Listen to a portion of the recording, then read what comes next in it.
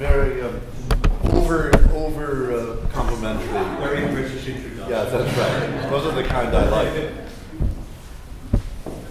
So we've reached the ending, the third in our three-part series, and at this point, you're probably saying to yourself that you've got some questions for me, and you're probably saying that I've got more questions for you. I'm afraid I don't have a lot of answers, but I'm great at the questions. And one question that I've repeatedly asked is perhaps the most relevant question.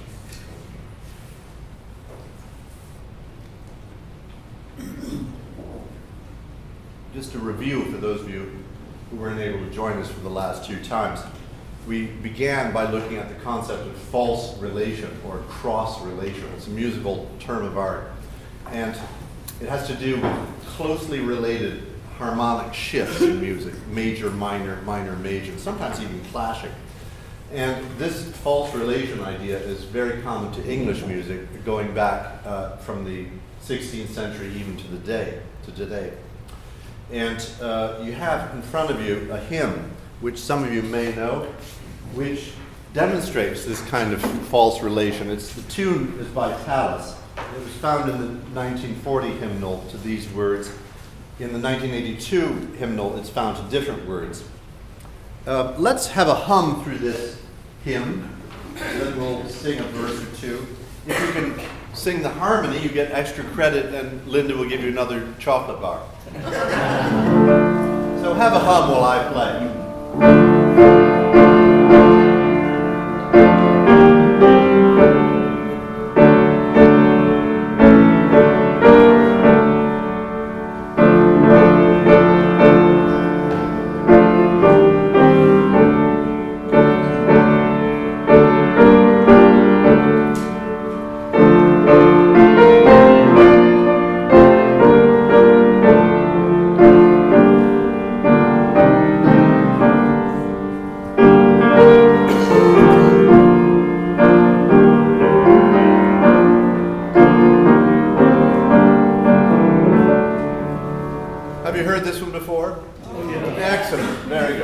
Stanza one. Stanza one.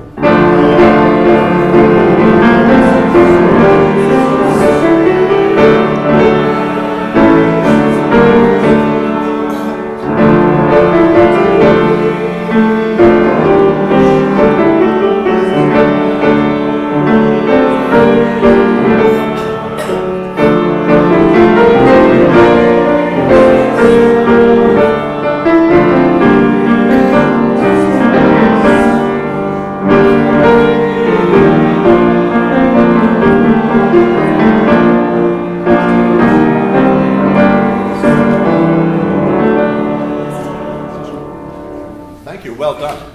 Now that hymn couldn't have been written by anybody other than an Englishman because of that peculiar cross-related half major, minor, sweet and sour, always going back and forth. And not coincidentally, in the turn of the 20th century, Vaughan Williams knew this hymn. It was very unknown at that point, really. And he took this tune and built a magnificent fantasia on a theme of Thomas Tallis for string orchestra. I commend that piece to you. I know you'd love it. So let's take a look also to review what we spoke of last week about parish choirs. And it's odd for us to think of, but parish choirs as such are very recent in the Anglican tradition. And some of the people who developed parish choirs we examined, and they were mavericks. They were, unlike, say, the first generation of Oxford movement people, these second generation musician, liturgists, priest musicians, they were doers more than thinkers, and they did quite a bit. And we spoke of Frederick Ouseley and Thomas Helmore, Miss Maria Hackett, the chorister's friend, and that great eccentric Samuel Sebastian Wesley. They risked quite a bit to achieve what we now take for granted, and one of those things is a parish choir. This image of a parish choir from, say, about 1800 has evolved really fairly rapidly in about 150 years or so to something a lot more familiar to us. And we also tend to forget that as Anglicans, we have separate strands of music. We have a cathedral music strand and a parish church music strand. In the Lutheran and Roman Catholic traditions, that did not happen, but by nature of the Anglican evolution as opposed to revolution, because of the cathedrals keeping their monastic roots and being converted by Henry VIII into collegiate establishments, they evolved into what we know as English cathedral music. In other traditions, there was a revolution, and indeed in France with Roman, you wonder why isn't there this cathedral music in France and in Italy? Well, before the French Revolution, there were 300 choir schools. Now there are 0. There are 38 choir schools in England, and we're grateful for them. And there's 1 in America. And there are 3 Lutheran choir schools in Germany, and 2 Roman Catholic choir schools in Germany. So it's this quality of evolution rather than revolution which has affected English music. And I've often thought also that the sort of harmony that you just sang is kind of an evolving dissonance. It's not a revolutionary dissonance. Maybe it's just part of what happens when one is on a very rainy island. Now, this strands of cathedral and parish music are confused in the U.S.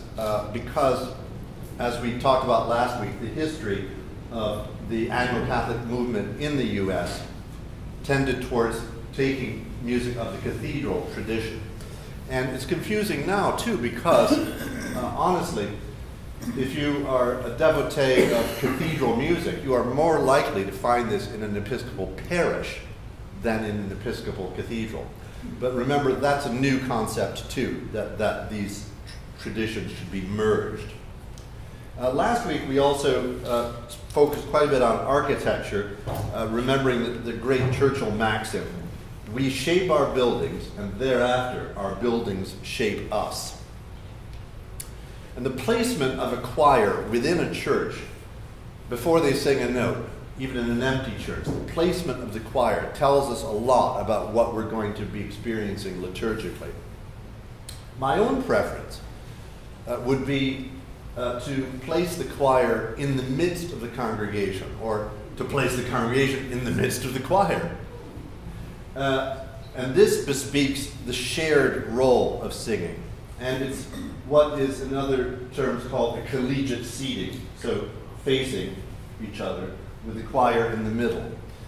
Even more ideal, I suppose, would be having enough space where the choir could be in the middle of the congregation, which sits on all sides here, but also perhaps to have a corner of the building or a gallery somewhere where one could take the choir and put the choir in a semicircle formation with instruments in front.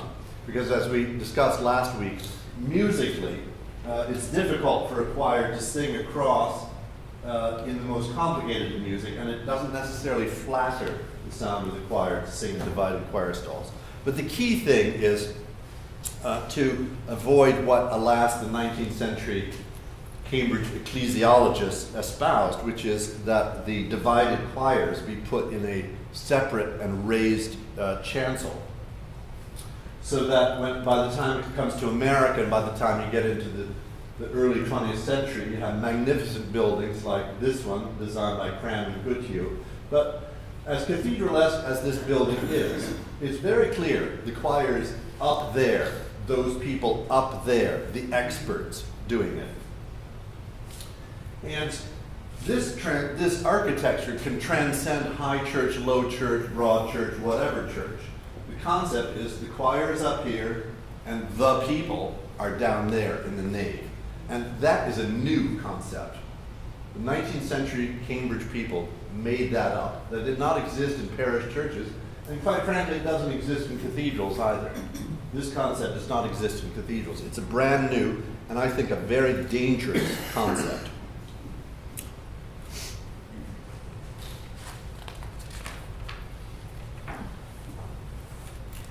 A friend of mine calls this concept that the choir sings for us the Greyhound philosophy of choirs. Just sit back and we'll sing for you. Let us do the driving.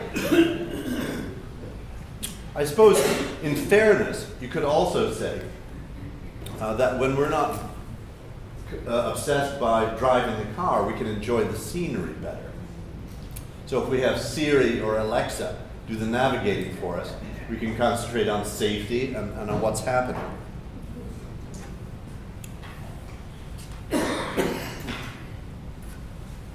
One of the interesting ironies of present Episcopal Church music has to do with psalm singing. Psalm singing, once again, is a new concept in parish churches. Up until the second generation of Tractarians, the congregation did not sing the service, any of the service. If there were psalms to be sung, they were sung in a metrical version by those gallery choirs. So the idea that the congregation sings the psalm either at Mass or at the office is new. And the irony here is that of all the music that we could sing, the psalms are the most difficult. First of all, they don't rhyme. They have changing meter. So every verse is different. And unlike, say, the Mass Ordinary or the Canticles of Evensong or our hymns, the rotation of the psalms is such, especially at Mass, where we only sing this particularly appointed psalm once every 3 years, for the most part. So everything conspires to make it quite difficult, even before you open your mouth. And once you open your mouth, you pick up a piece of paper, and there's a bewildering amount of symbols, bar lines and bold-faced this and dots and dashes and all of this. So the irony is that of all the music that could be sung by the congregation, yes, it's a noble principle, but in practicality, sometimes I think that it's almost more distracting to deal with the notation of the Psalms than to simply take in the text with somebody else singing for you. I suppose my colleague would call that, once again, the Greyhound philosophy of choral music. Now, I was at an interim appointment some time ago, and the priest there put a question to me about an upcoming service, and he said, could we, instead of having choral music at this service, could we have more participatory music, he said. Now, because I was an interim and itinerant musician, I could sort of speak my mind, and did it in a, I hope, nice way. And I said, well, now, Father, when you preach, I very much consider myself participating in your sermon, even though I don't stand up and read it in unison from your typescript with the whole congregation. What is participation? It's a slippery thing. It's a wiggle word. And so much depends upon the context, doesn't it? Who's participating? And what are they participating in? If you've attended the weekly Compline service at St. Mark's Cathedral in Seattle, or Christ Church, New Haven, or several other places who do weekly Compline, you'll be surprised, as I was the first time, to join between 300 and 500 people at Compline, St. Mark's, Seattle. And this congregation is well under mortgage age, and most of them under drinking age. It's near the university. And for 60 years, this service of Compline in Seattle brought out the hipsters. And this, of course, befuddles church growth experts, because Compline, Gregorian chant and polyphony, is about the least participatory thing you could imagine. But to me, I think one of the attractions is it's not the church of their mothers or of their grandmothers. Definitely not.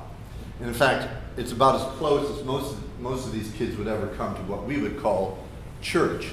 But they couldn't possibly confuse the liturgy of Compline with a concert. That could not enter their mind. And yet, for some reason, in some way, they are participating. An interesting thing about the word participation, as I go around the Episcopal Church, is that some of the music which is designed to be sung by everybody is either too difficult to be sung by everybody, or is not sung with the sort of gusto that I'd love to hear. So the participation, shall we say, is limited even when the music is congregational. But I'm going to leave that thought for another occasion. One of the dissonances that we have here in our parish and in parishes like it is the concept of solemn high mass. We take this for granted, but if you dig a little deeper into what actually that is, you would find that purists on all sides would be very annoyed, because our solemn high mass is not at all pure. It's a conflation of Catholic items, Protestant items. It's a conflation of Cranmer liturgy with BCP 1979. And one of the things musically that comes to bear is that we have what I call double propers and sometimes triple propers. Remember, the propers are the texts which were designed to cover the liturgical action. So the Mass Ordinary obviously stays the same. The propers are generally short psalm verses, which from the earliest recorded days were designed to not as entertainment or even as edification. They covered things like, oh, the clergy have to get in, let's have an introit. Oh, you got to get the gospel book down there, let's have an alleluia. Oh, they have to set up the altar, well, we better sing some psalms, the offertory. Oh, let's receive communion, the communion. That's what the propers are. And the reason that we have the word anthem is it's an English derivation of the word antiphon. And that tells you something about the progress of church music, because first you had antiphon, which was designed to cover those things, sung generally by the choir. It's not a congregational thing. That morphed into anthem, which is a fancy version of an antiphon, or motet, which is that same text replaced by something fancy, polyphony or whatever. So hymns, as we know them, have zero part in Solemn High Mass. And I'm not saying they're wrong, I love them. But sometimes, for example, when we have at the offertory an offertory chant, an offertory anthem, and an offertory hymn, we've done 3 times what traditionally is only done once. And remember, too, that traditional Solemn High Mass does not have an Old Testament lesson, does not have a portion of psalmody between the Old Testament lesson and the epistle. It was assumed you'd get that at morning prayer, right, or the offices in some monastery. And also, this is perhaps even more boggling to think of, but the Sanctus and Benedictus, whether they're sung by congregation or by choir, in Solemn High Mass, that music is designed to go on a parallel stream to the silent canon said by the priest. So that after the Sursum Corda, you have basically in Solemn High Mass, the choir singing Sanctus Benedictus. When they end Benedictus, it's by whom, with whom, and by whom, glory to the Amen, Lord's Prayer. So that unlike our modern version, where you have the canon of the Mass, and then you basically stop all proceedings and have the Sanctus Benedictus and then carry on, this was all one gesture. Now, I'm not arguing for or against that. I'm just calling your attention to the original meaning of what Solemn High Mass is. And I have the feeling that most of us in this room would actually prefer what we do more than a pure Solemn High Mass. But I bring that to mind because it's an example of this sort of dissonance that we have when we say, well, we're Anglo-Catholic. Well, just the words really are, well, what is that? What does that mean? I'll go on record as arguing against it. Okay. As one travels through the Episcopal Church, one finds a lot of diversity in the music, not surprisingly. But there's not as much diversity as the experts would like to think. And part of it is laziness, I suppose. We're used to these two books. We've become perhaps too used to them. These days there was talk about a new hymnal. You followed that? Particularly dangerous talk to my mind was a new online hymnal, so that there wouldn't be books. Right. But one of the arguments against a new hymnal was that we really haven't explored and fully utilized the 1982 hymnal that we already have. So why should we be torturing ourselves with yet more challenge? So I think that as you travel around the Episcopal Church, instead of encountering diversity, actually one encounters quite a bit of bland page 355 in the Red Book and the same 40 hymns in that book on the right. And to me, I'd rather push the envelope. And I'll give you two brief examples. One is St. Gregory of Nyssa in San Francisco. They have extraordinary music. It's completely unlike ours, but it's very well done. And the singing is all unaccompanied. There's a lot of singing. The entire service basically is sung. And there's a lot of movement, and there's ritual and vestments drawn from the Coptic and Orthodox tradition, and there are shaker customs. It's like San Francisco, it's a bit of everything. And I would hardly say that it's Anglo-Catholic, despite being highly ritualistic. Now, a little bit more in our comfort zone would be a place like Emmanuel Church, Newbury Street in Boston. Now, this is an interesting place in that they do a Bach cantata with orchestra in the context of the Rite to Episcopal liturgy every Sunday. Now, what's, to me, the interesting part of that is, quite apart from the fact that Bach is glorious, is they're doing great music in the liturgy, not as a concert. You can hear Bach cantatas anywhere. But Bach cantatas were not designed for the concert. In fact, did you know that Bach never called them cantatas? You know what he called them? He called them Hauptmusik, main music. It would be, he's generating these masterpieces on a schedule of one per week. So literally, he'd finish the one on Sunday and start Monday and hand it to his wife to start copy and then rehearse it. And instead of calling it something glorious, this gives you an idea of his servanthood. He just called it main music. Amazing.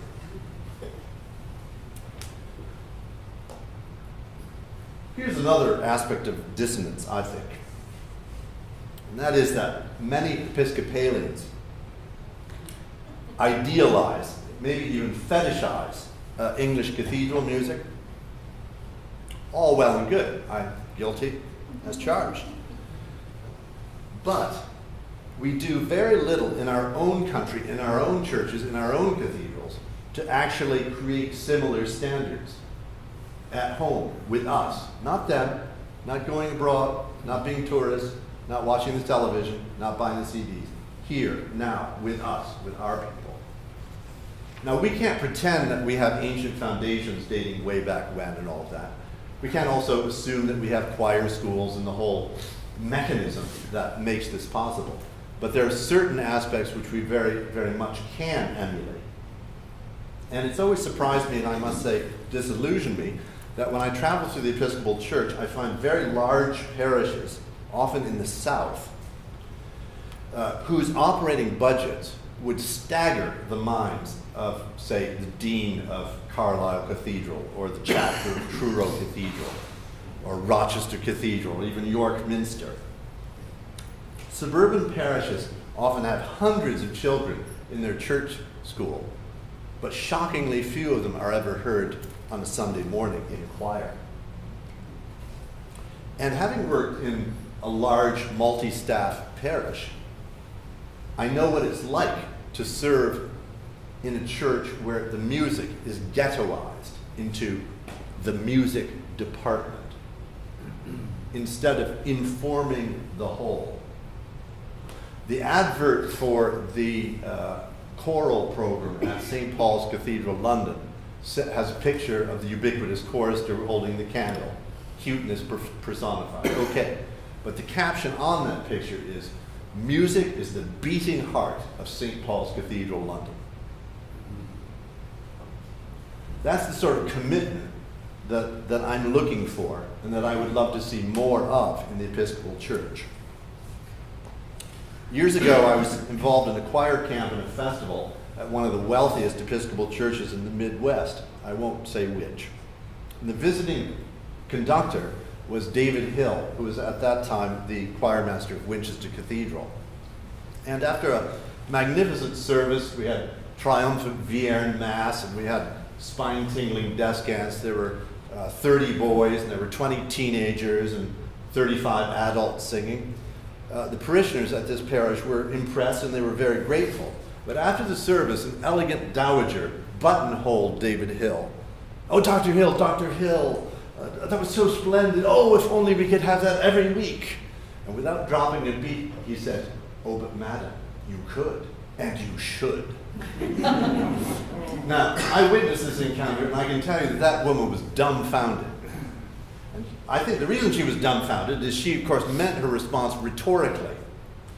And she never really quite contemplated that the wealth of her church could create music on the par of Westminster Abbey.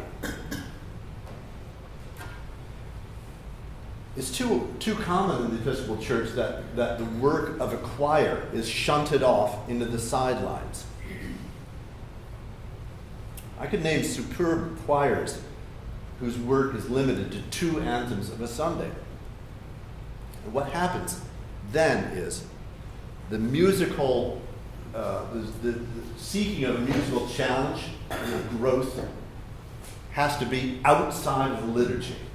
So these are the sort of choirs which, while they sing 2 anthems of a Sunday, they instead devote their energy to the spring concert, or the Christmas concert, or their monthly evensong. And these evensongs, by the way, tend to be sort of blowout evensongs which really don't have much to do with the daily pattern of the office. It's part of that music department ghetto, I call it. Sometimes you could be forgiven for thinking that these monthly evensongs, however well sung, might really, to an onlooker, be like a concert with some attached prayers. And of course, that's not what evensong is. It would be more accurate to say that many Episcopal church choirs sing at the service rather than sing the service. And when you look at the job that many choirs do, there would be no difference between an Episcopal choir or a Methodist choir or a Baptist or Presbyterian choir. By the way, there are many Presbyterian and Methodist choirs who sing all this glorious English music that we love. I'm talking about the primal task. Are they singing the service, or are they singing at the service? Now, we at St. Paul's are blessed by the discipline of solemn Mass and evensong every single Sunday. And having that expectation raises the game of all the musicians. And I think it raises the game of the congregation as well. And we try to observe the calendar as best we can, because this liturgical calendar is kind of like the serving platter of all the music that we do. And whether the music is simple or grandiose, the liturgical calendar is where we place it. And that demarks an Episcopal, a true Episcopal church or an Anglo-Catholic church from great music which happens at other churches.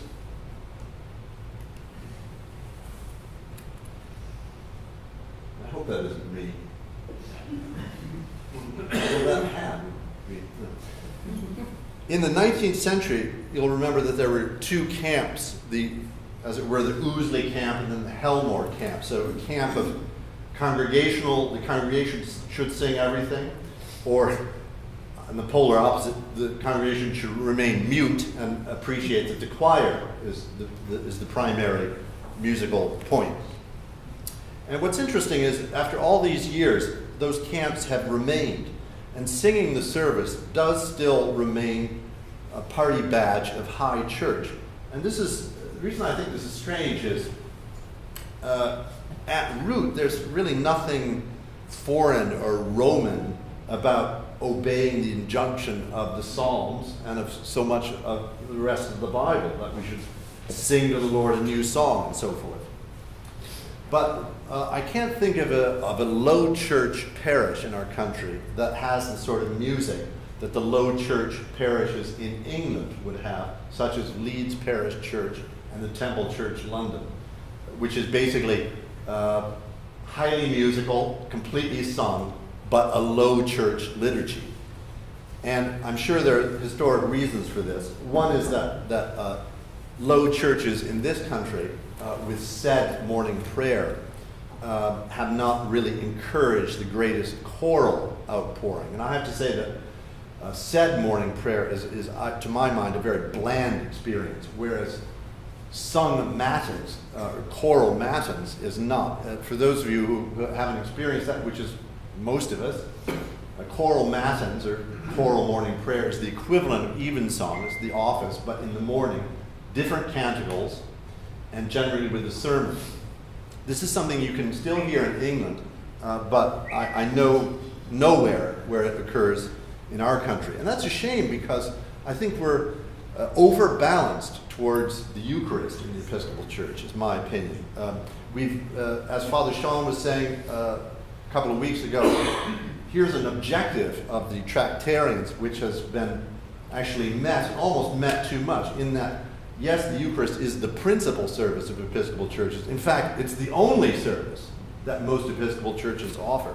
And I think that's a dangerous loss, because from a growth perspective, wouldn't it be interesting to have a service, particularly if one could have it every week, which is non-Eucharistic, so that one could invite unchurched friends and not worry about how they might react or not react towards a pretty high bar experience, which is the Eucharist. No matter how it's celebrated, the Eucharist is a fairly high bar to get into. It's an interesting thought. At St. Paul's, we also have this great luxury of having both a strong choral tradition and amazing congregational singing. And we have an additional pleasure which many Anglo-Catholic churches lack, and that is we have twin tracks on a Sunday morning of solemn Mass and sung Mass, so that people who wish to sing the Mass ordinary have an option instead of only solemn Mass. And in the evening, we also have, at Evensong, we have a combination of choral and congregational music. You'll remember that our college freshman last week, Gabe Simerson, brought up, well, now why is it that you have congregational responses instead of choral responses at Evensong? So I have to keep myself from sounding too smug and self-satisfied about St. Paul's, but I bring these things up because I want all of us here to take note that what we enjoy is not the norm, and that we should be grateful for it. And I'm also reminded of words from the rector in a recent sermon, when we sometimes spiral down into what we lack, and when we tend, as humans to focus on what is missing. Perhaps we need to think more about what we have, and perhaps, as the rector said, perhaps we have what we need. And I myself have to keep telling myself, well, we may not have what we want, but perhaps we have all that we need. But where to go from here? And what about the new? Now, we could gather data, as we Washingtonians love to do. We could form committees and rewrite mission statements and unveil curricula, change service time, add new hymnals, praise bands, overhead screen, immersion worship, global song, paperless music, blended this, blended that.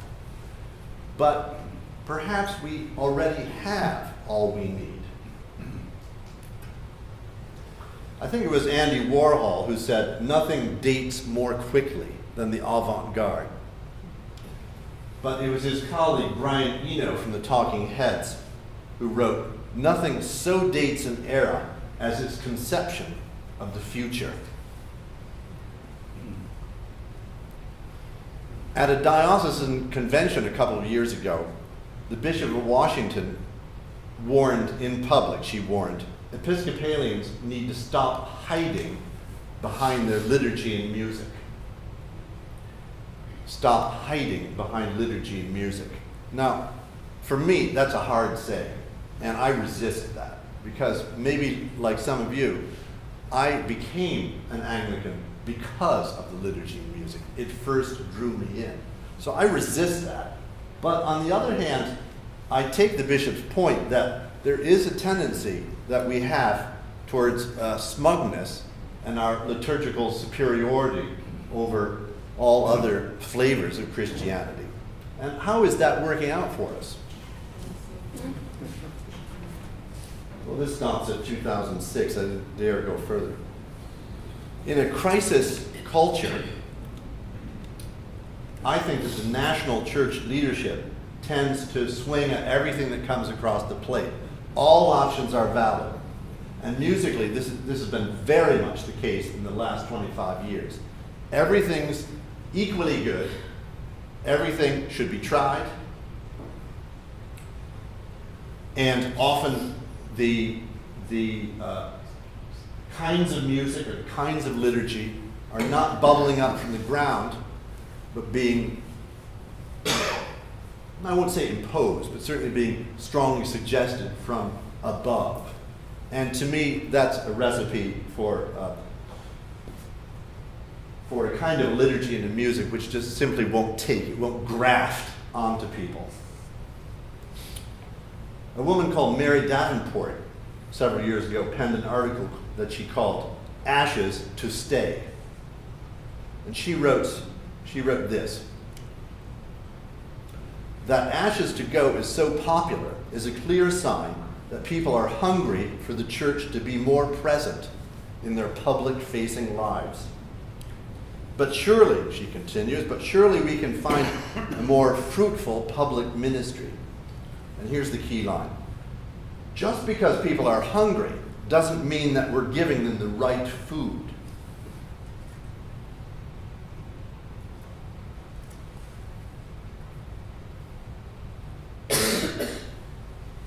Musically, people are hungry too. But I resist the notion that simplistic schemes devised by a committee of experts are going to resuscitate weak church music. And we have to admit, as we travel around the Episcopal Church, that a lot of the musical food on offer is not of the highest nutritional value. And maybe we need to be more intentional, we as the Episcopal Church need to be more intentional about the way we communicate and the way we teach and the way we encourage what we already have.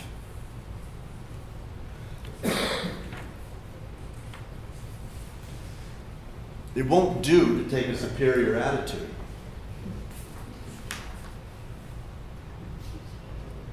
Is this the model of the church?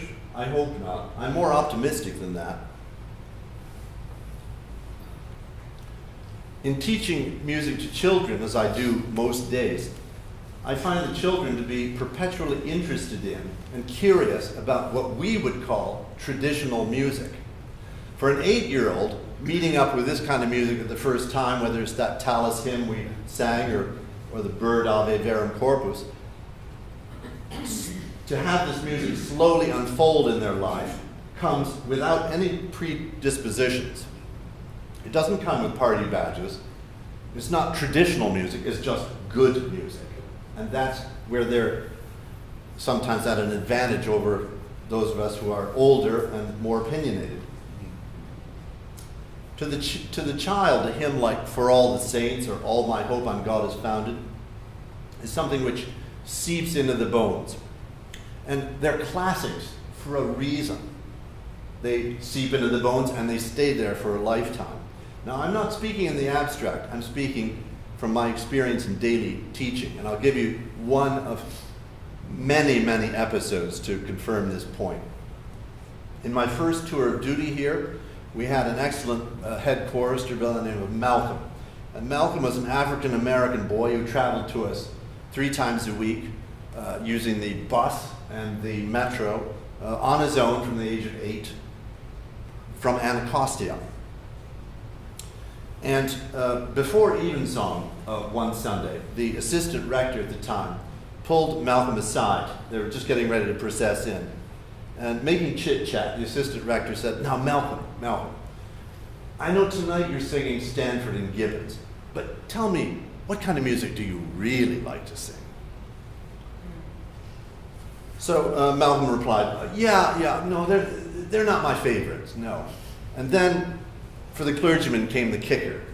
"I really like that Bach motet we sang last week. Do you know Lobet den Herrn?" "No, I don't know that one." Bishop George Sumner of Dallas recently gave his enthusiastic support to residential seminaries, and which, as you know, are in financial peril. And his thoughts apply very much as well to church music. What if, he writes, what if the most radical and daring plan were, in these times, the most traditional?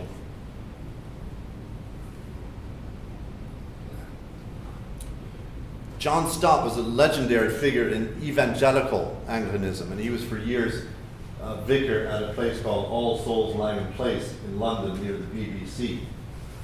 And while probably not to our taste, this parish has boomed in attendance and commitment, and I think this is due because of powerful preaching and regular teaching. And the other thing that makes this parish one of the rare success stories in the C of E is they adopt an American-style program of newcomer formation and greeters. But John Stott wrote this: "Every Christian should be both conservative and radical. Conservative in preserving the faith and radical in applying it." Now, we can expand Dr. Stott's prescription to church music. Our church music should be both conservative and radical. Conservative in preserving the best music of each era. Radical in reaching for excellence, expecting participation and teaching it, and sharing musical gifts beyond our walls.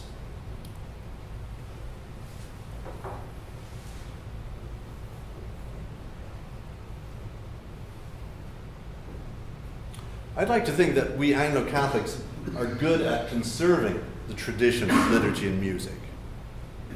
But I think we could stand to be more radical in its application. And perhaps as teachers and leaders, we need to follow the advice of Richard Wagner. Wagner rehearsed his orchestra for hundreds and hundreds of hours before the premiere of the Ring cycle. And just before he gave the downbeat to the premiere, he said 3 words to them after all of that experience of mastering the music. He said, "Make it new." So this brings me to a little bit closer to answering some of the questions you probably hoped for, and that is, well, where are we coming from? What do we have to offer? Well, the strengths of St. Paul's music, there were too many to fit on this slide. And I begin with really the key thing, which is the unstinting support of the clergy and the wardens and the vestry. We need only to look elsewhere to realize how very fortunate we are. Then, as I said earlier about the serving platter of the liturgical calendar, it's the schedule which gives our music the validity. We're not doing this in addition to the schedule, or we're not singing at services, we're singing the service. We're not merely decoration. And there is here, unlike some Anglo-Catholic churches, there is also, I found, an openness towards exploring new avenues. Particularly, for example, in terms of what we did 2 weeks ago with the Bishop Walker School, for example, or our music gala. There's also, again, unlike many places, a healthy mixture of congregational singing and choral singing. And our volunteers are unlike any I've worked with. Our section leaders are also extraordinary people. They could be paid twice as much to do half as much work at quite a few churches nearby. They choose not to. The reason they sing with us here is they want to be mentor to our volunteers, and they want to work the work of God, Opus Dei. They want to work in a situation where their offering is appreciated by everybody. And I feel that it is. And this last one is also really quite compelling in that we are one of the few Anglo-Catholic churches to actually have children making music regularly. I wish it weren't so, but I'm grateful for it. How can we grow? Well, we could arrange more teaching and coaching for congregational singing, which I'm happy to do and have done here before at hymn sings or at formation evenings such as tonight. We definitely need better exposure on our web page, social media. We're talking about doing a video project to promote our music and our choir. And when I say that we should enrich our musical niche, what I'm talking about is what is it that we do at St. Paul's that is not happening elsewhere? And let's go with that and build that up. And of course, we always need to recruit. And one of the things that we should be doing more with in terms of recruiting is to share what we have, particularly with the next generation of church leaders. We have seminarians, but now we have an organ scholar, but I would love to see more of that. I'd love to see regular organ scholars. I'd love to see choral scholars of teens and college-age kids singing with us. There's so much that we can build because we have these fundamental things in place. So, the primary obstacle.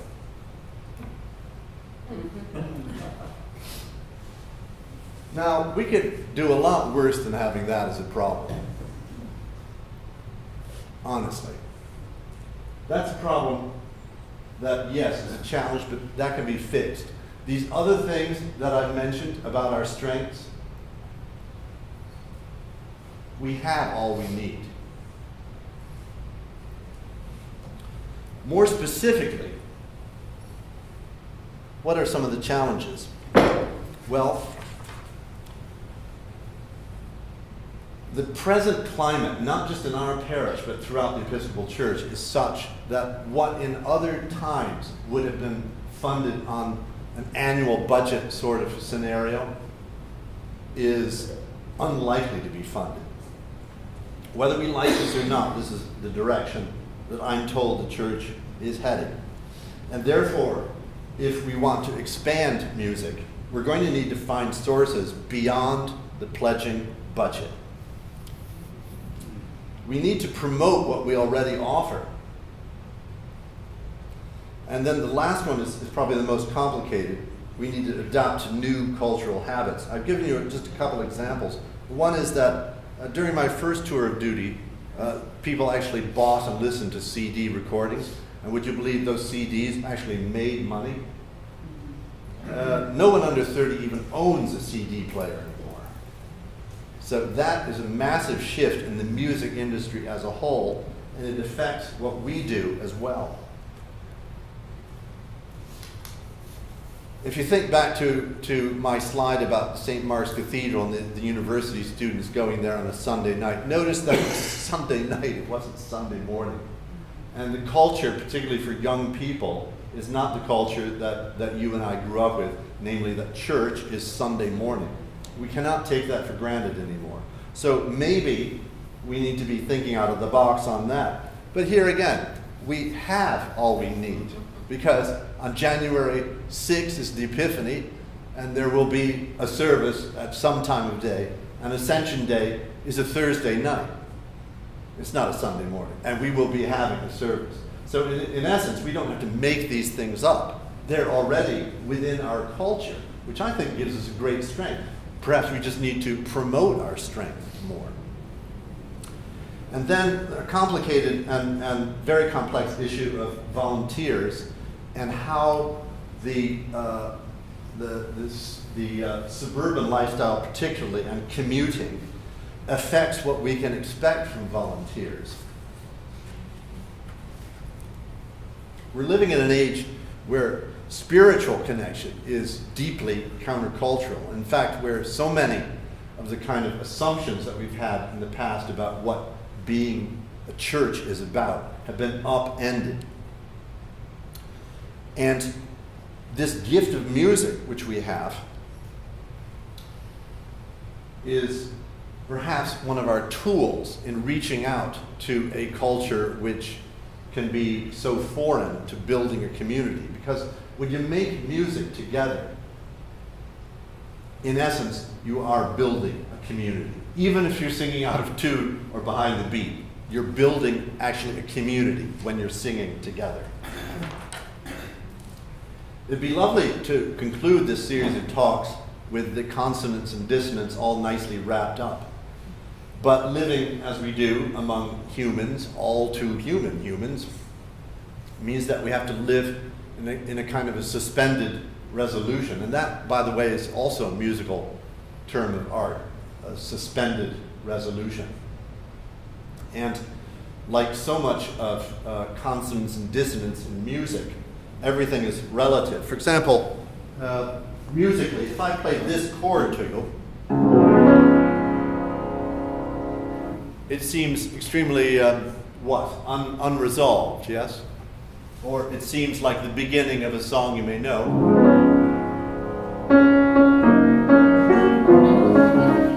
However, in a different context, let's say the work of Olivier Messiaen, that very same chord, the identical chord, can seem, in its context, quite resolved, or even speaking to the infinite.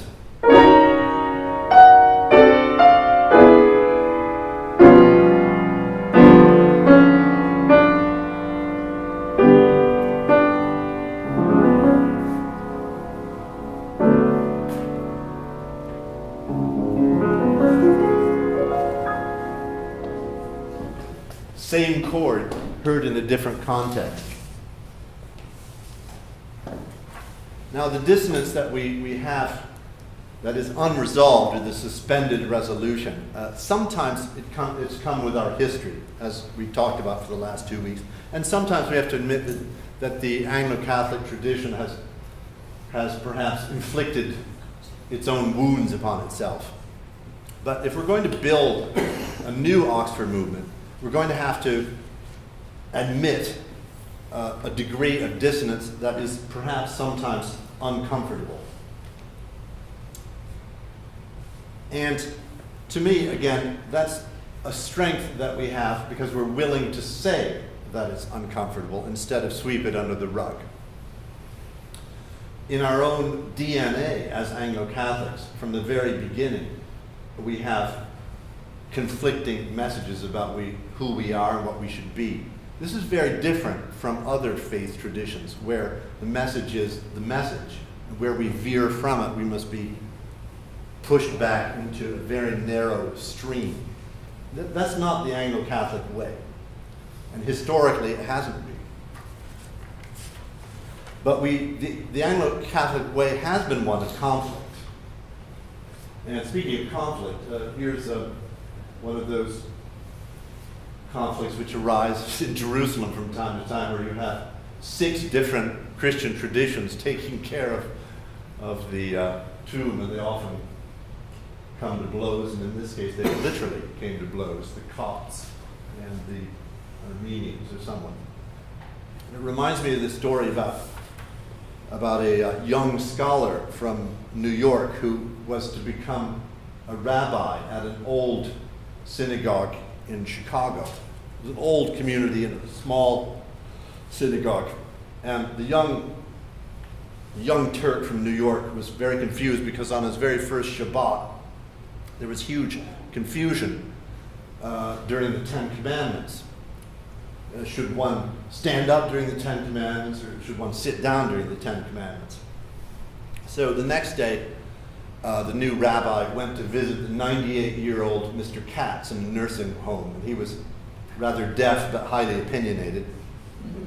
And the rabbi said, "Now, Mr. Katz, I'm asking you, as the oldest member of this community, what is your custom of the Ten Commandments at Shabbat?"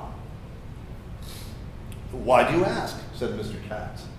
"Well, yesterday we read the Ten Commandments, and some people stood and some people sat.